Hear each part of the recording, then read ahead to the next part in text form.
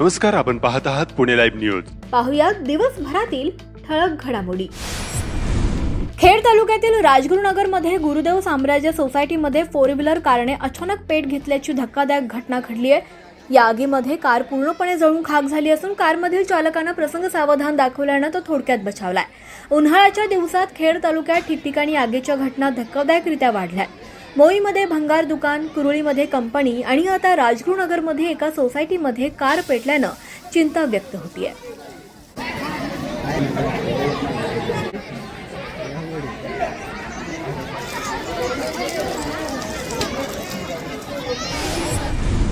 खेड कडूस रस्त्यावर धायबर वस्ती भागात सुरू असलेल्या रस्त्यांची कामे करताना पुरेशी खबरदारी घेतली जात नसल्यानं गंभीर अपघात होत असल्याचं स्थानिकांनी व्हिडिओ पाठवून कळवलंय.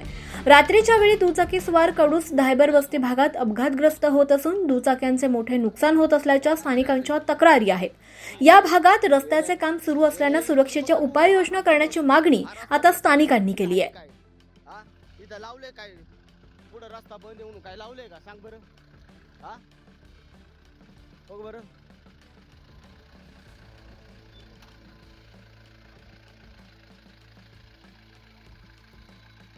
याच्या बाप्पा निघाल 16 वर्षीय अल्पवयीन मुलीने बाळाला जन्म दिल्यानंतर अत्याचाराची घटना समोर आली आहे. या प्रकरणी चाकण उत्तर पोलिसांत पोस्को अंतर्गत एका 20 वर्षीय तरुणावर गुन्हा दाखल करण्यात आला आहे. संबंधित पीडित मुलीच्या ओळखीचा असलेल्या 20 वर्षीय तरुणाने संबंधित पीडित मुलगी अल्पवयीन आहे हे माहीत असून सुद्धा तिला येथील कॅफे लव्ह बर्डमध्ये घेऊन गेला. पीडित मुलीच्या संमतीशिवाय आणि तिच्या अज्ञानपणाचा फायदा घेऊन जबरदस्तीने शरीर संबंध केले. त्याच्यापासून फिर्यादी पीडित मुलगी गर्भवती राहिली. त्यानंतर अल्पवयीन पीडिता एका खासगी रुग्णालयात बाळंत झाली आणि तिला मुलगी झाली. त्यानंतर सदरची ही घटना उघडकीस आली आहे. या प्रकरणी 16 वर्षीय पीडितेने दिलेल्या तक्रारीवरून 20 वर्षीय तरुणावर पोस्को व अन्य कलमान्वये चाकण उत्तर पोलीस ठाण्यात गुन्हा दाखल करण्यात आला आहे, तर पोलीस अधिक तपास करत आहेत. पिंपरी चिंचवड पोलीस आयुक्तालय हद्दीतील 16 गुन्हेगारी टोळ्यातील 79 गुंडांवर महाराष्ट्र संघटित गुन्हेगारी अधिनियमांतर्गत पोलिसांनी मकोका अंतर्गत कारवाई केली आहे. चाकण परिसरातील काहींचा या कारवाईमध्ये समावेश असून खेड तालुक्यातील काही जणांना स्थानबद्ध करण्यात आलं असल्याचं पोलीस प्रशासनानं सांगितलं आहे. दरम्यान मकोका कारवाईमधील गुंडांवर पिंपरी चिंचवड, पुणे, सातारा, नांदेड आणि लातूर या जिल्ह्यांमध्ये विविध गंभीर गुन्हे दाखल आहेत. पोलीस प्रशासनाकडून देण्यात आलेल्या टोळी प्रमुखांची नावे पाहूयात. विशाल उर्फ मण्या कांबळे, राहणार काळेवाडी आणि 3 साथीदार.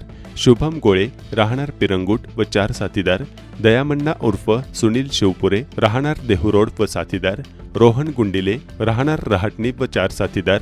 हुसेन डांगे, राहणार गहुंजे व साथीदार. बसुराज उर्फ बशा हेळवे, राहणार चिंचवडे नगर व 3 साथीदार. वैभव नागझरकर, राहणार काळेवाडी व साथीदार. जलालुद्दीन उर्फ सोनू शेख, राहणार वाकड व 8 साथीदार. विराज कड, राहणार कडाचीवाडी चाकण व 6 साथीदार. दिवाकर सिंग, राहणार दिघी व 5 साथीदार. विराज काटे, राहणार औंध व 11 साथीदार.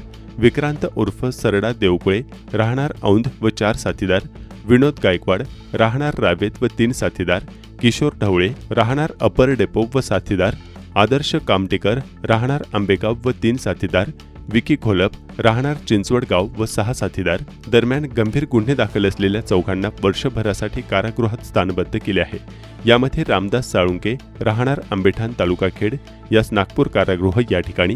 अर्जुन राठोड, राहणार रासे तालुका खेड यास हर्सुल कारागृह छत्रपती संभाजीनगर. शरद मोरे, राहणार रेहे मोरेवाडी मुळशी यास कळंबा कारागृह कोल्हापूर. आणि रणजित येरकर, राहणार नाणेकरवाडी यास येरवडा कारागृह पुणे या ठिकाणी स्थानबद्ध केले आहे. कर्जाचे हप्ते फेडण्यासाठी माहेरहून 2 लाख रुपये घेऊन ये, अन्यथा नांदवणार नाही असे म्हणत एका 29 वर्षीय गरोदर विवाहितेला लाथाबुक्क्यांनी आणि पट्ट्याने मारहाण केल्याचा धक्कादायक प्रकार आळंदी येथे उघडकीस आला आहे.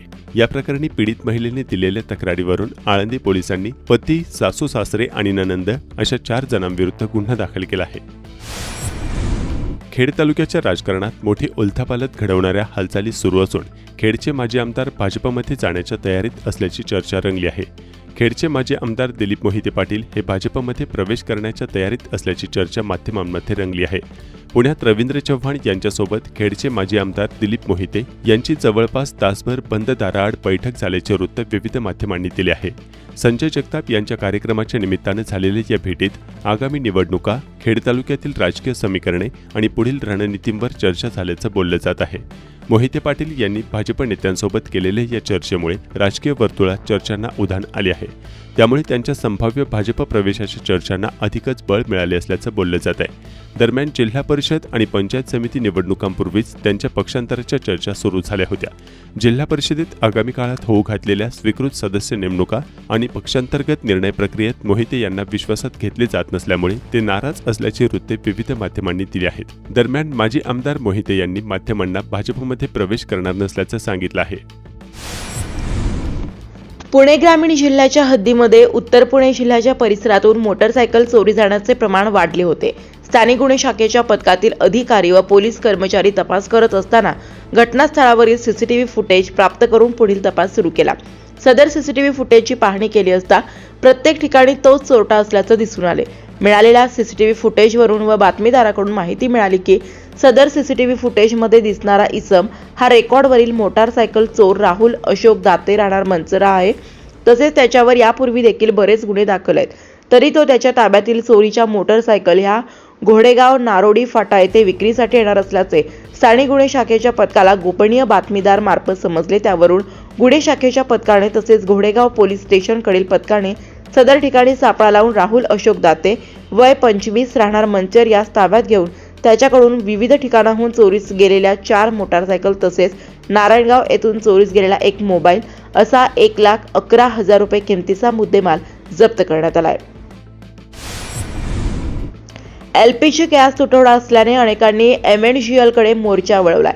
मात्र याच MNGL लाईनचा स्फोट झाल्याची बाब समोर आली आहे. पिंपरी चिंचवड शहरातील मोहननगर परिसरात घडलेल्या गॅस स्फोटाच्या घटनेने नागरी सुरक्षेच्या प्रश्नावर पुन्हा गंभीर चर्चा सुरू झाली आहे. बुधवारी दुपारच्या सुमारास गॅस वाहिनीमध्ये गळती होऊन अचानक स्फोट झाल्याने परिसरात भीतीचे वातावरण निर्माण झाले.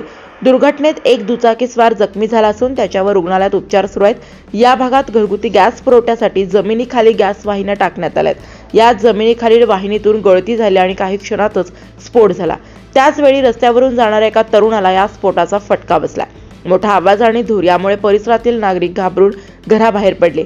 ही घटना केवळ एक अपघात नसून वाढत्या नागरीकरणात सुरक्षेच्या नियमांकडे होणाऱ्या दुर्लक्षाचे उदाहरण ठरत आहे. दाट लोकवस्तीच्या भागात अशा प्रकारची कामे करताना अत्यंत काटेकोर खबरदारी आवश्यक असते. मात्र प्रत्यक्षात कामाचा वेग वाढवण्याच्या नादात सुरक्षेच्या उपायांकडे दुर्लक्ष होत असल्याच्या तक्रारी वारंवार समोर येतात.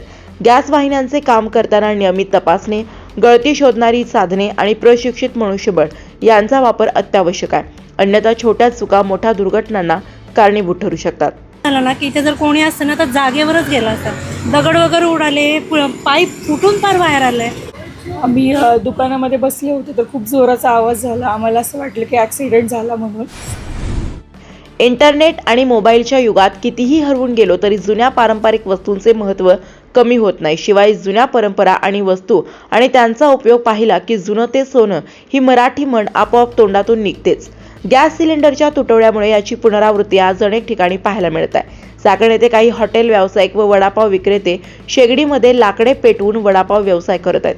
गॅस टंचाईमुळे नाईलाजास्तव हा पर्याय स्वीकारावा लागल्याचे व्यावसायिक सांगत आहेत. सर्वांच्याच तोंडाला पाणी सुटणारा, कुठल्याही ठिकाणी उपलब्ध असलेला मराठमोळा खाद्यपदार्थ आणि गरिबांचा बर्गर म्हणजे वडापाव सध्या चुलीवर तयार केला जात आहे. त्यामुळे गॅस तुटवड्यामुळे शहरी आणि ग्रामीण भागातही व्यावसायिक व नागरिकांना त्रास सहन करावा लागत आहे. सध्या जुनं ते सोनं म्हणत महिला वर्ग पुन्हा चुलीवर स्वयंपाक करताना दिसत आहेत. गॅस सिलेंडर तुटवड्यामुळे हॉटेल तसेच छोट्या व्यावसायिकांना मोठा फटका बसलाय.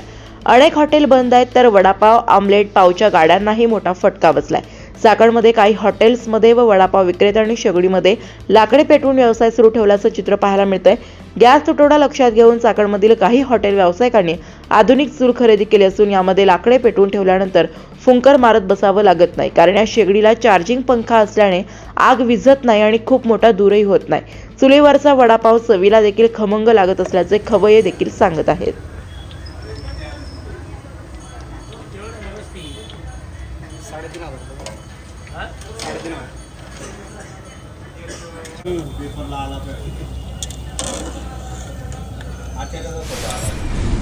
हुतात्मा राजगुरू महाविद्यालय कनिष्ठ विभागास अ+ श्रेणी प्राप्त.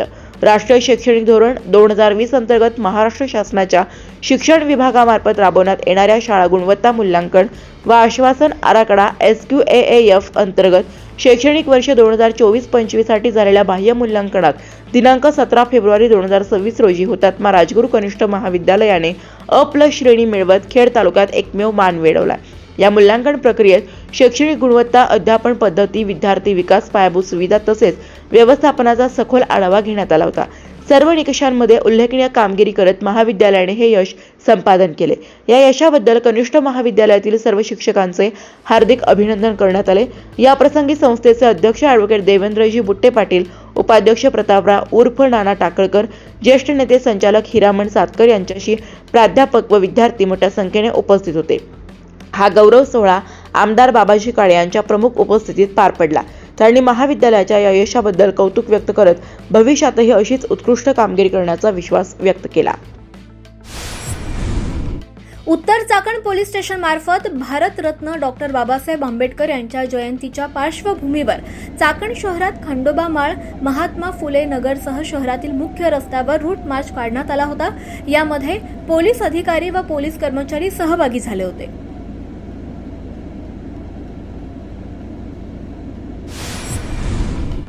उन्हाळ्याच्या दिवसात कलिंगडाच्या दरात यंदा मोठी घसरण झाली असून सध्या दर्जेदार कलिंगडाला अवघा 5 ते 7 रुपये प्रति किलोला दर मिळतोय. हंगामाच्या सुरुवातीला चांगला दर मिळाला, मात्र आता उत्पादन खर्च निघणं सुद्धा कठीण झाल्याची भावना शेतकरी आणि विक्रेते बोलून दाखवतात. कलिंगडाच्या बाबतीत सर्वत्र अशीच परिस्थिती असल्याचं ठिकठिकाणच्या शेतकऱ्यांनी सांगितलं. यंदा हंगामाच्या सुरुवातीला कलिंगडाला चांगले दर मिळाले होते, मात्र गेल्या 1 महिन्यापासून दरात सातत्यानं घसरण सुरू आहे. सध्या कलिंगडाचा हंगाम जोरात असताना बडे व्यापारी मात्र विविध कारणे पुढे करून अत्यंत कमी दराने मागणी करतात. दर्जेदार मालाचा उठाव कमी झाला असून दुय्यम प्रतीच्या मालाला तर व्यापारी विचारतही नसल्याची विचित्र परिस्थिती निर्माण झाली आहे. खेड तालुक्यातील संतोषनगर गावच्या यात्रेनिमित्त गुरुवारी 9 एप्रिल 2026 रोजी विविध धार्मिक कार्यक्रम, बैलगाडा शर्यत आणि भरघोस इनाम तसंच रात्री मनोरंजन कार्यक्रम अशा भरगच्च कार्यक्रमांचं आयोजन करण्यात आलंय. भैरवनाथ यात्रा कमिटी व समस्त ग्रामस्थ संतोषनगर, भाम तालुका खेड यांनी या सर्व कार्यक्रमांचं आयोजन केलंय. Pune Nashik semi high speed railway मार्ग उत्तर पुणे जिल्ह्यातील जुन्नर, आंबेगाव, खेड मार्गे व्हावा यासाठी खेड तालुक्यातील पुणे नाशिक रेल्वे कृती समितीच्या शिष्टमंडळानं आमदार सत्यजित तांबे यांची संगमनेर येथे भेट घेऊन त्यांच्याशी चर्चा केल्याची माहिती कडाची वाडीचे माजी सरपंच बाळासाहेब कड यांनी दिली आहे. यावेळी मी सेवेकरी सोशल फाउंडेशनचे अध्यक्ष सुधीर मुंगसे व कृती समितीचे पदाधिकारी उपस्थित होते. आळंदी शहरातील विविध भागातील गल्लीतील रस्त्यांवर गतिरोधक आता बसवण्यात आलाय. यामुळे लोकवस्तीच्या भागातून भरधाव वेगात वाहने धावणार नाहीत आणि अपघातांनाही आळा बसण्यास मदत होणार आहे. खेड कृषी उत्पन्न बाजार समितीच्या चाकण येथील महात्मा फुले मार्केटमध्ये बुधवारी 8 एप्रिल 2026 रोजी कांद्यांची आवक मोठ्या प्रमाणावर वाढली आहे. कांद्याला सरासरी 10 ते 11 रुपये एवढा प्रति किलोला खाऊक बाजारात भाव मिळाल्याचं कांदा उत्पादक शेतकऱ्यांनी सांगितलं. यंदाच्या हंगामात अजूनही कांद्याच्या दरात अपेक्षित वाढ झाली नसल्याची कैफियत कांदा उत्पादक शेतकरी मांडतात. खेड कृषी उत्पन्न बाजार समितीच्या चाकण येथील महात्मा फुले मार्केटमध्ये बुधवारी 8 एप्रिल 2026 रोजी तरकारी मालाची आवक आणि भाव काय होते हे जाणून घेऊया. खेड कृषी उत्पन्न बाजार समिती महात्मा फुले मार्केट यार्ड या ठिकाणी फळभाज्या असेल, पालेभाज्या असेल यांची आवक ही अतिशय कमी प्रमाणात झालेली आहे. परंतु ठराविक मालाचे भाव थोडे वाढलेत, पण बाकीच्या मालाचे भाव थोडे कमीच झालेले आहेत. आज रोजी कोबी असेल, कोबी 5 ते 7 रुपये किलो झालेले, फुलावर 10 ते 13 रुपये किलो आहे. वांगीसुद्धा 15 ते 20 रुपये किलो झालेले आहे. टोमॅटो 10 ते 13 रुपये किलो आहे. कारलेसुद्धा 20 ते 25 रुपये किलो आहे. गवारीचे भावसुद्धा कमी झाले आहेत. गवारी 50 रुपये झालेले आहेत. दुधी भोपळा 10 ते 12 रुपये किलो झाले आहे. डांगर भोपळा 10 ते 15 रुपये किलो झालेला आहे. शेवगासुद्धा 20 ते 25 रुपये किलो झालेले आहे. मिरचीचे भावसुद्धा एकदम कमी झालेले आहेत. मिरची 40 ते 45 रुपये किलो झालेले आहे. दोडकासुद्धा 20 ते 30 रुपये किलो झालेले आहे. शिमला मिरची 40 ते 45 रुपये किलो झालेला आहे. श्रावणी घेवडा 40 ते 45 रुपये किलो आहे. वालवरसुद्धा 40 ते 45 रुपये किलो आहे. चवळीसुद्धा 20 ते 25 रुपये किलो आहे. तोंडलीसुद्धा 20 ते 25 रुपये किलो आहे. राजमा 50 ते 55 रुपये झालेला आहे. पावटा असेल पावटा 60 ते 70 रुपये किलो झालेला आहे. भेंडी असेल भेंडी 20 ते 30 रुपये किलो झालेले आहे. गाजर असेल गाजर 30 ते 35 रुपये किलो झालेले आहे. घोसाळे असेल घोसाळे 30 रुपये किलो आहे. बीट 10 ते 20 रुपये किलो झालेले आहे. काकडे असेल काकडी 10 ते 12 रुपये किलो आहे. तूर 100 रुपये किलो झालेले आहे. पापडीसुद्धा 30 ते 35 रुपये किलो झालेले आहे. वाटाणे 50 ते 55 रुपये किलो झालेले आहे. सर्वसाधारण फळभाज्यांची ही स्थिती आहे. त्याचप्रमाणे मेथी असेल मेथी 18 ते 20 रुपयाला गड्डी झालेली आहे. त्याचप्रमाणे कोथिंबीर असेल कोथिंबीर 10 ते 12 रुपयाला गड्डी आहे. त्याचप्रमाणे शापू असेल शापूसुद्धा 10 ते 15 रुपयाला गड्डी झालेली आहे. त्याचप्रमाणे पालक असेल पालक 7 ते 8 रुपयाला गड्डी झालेली आहे. नमस्कार, आपण पाहत आहात पुणे लाईव्ह न्यूज.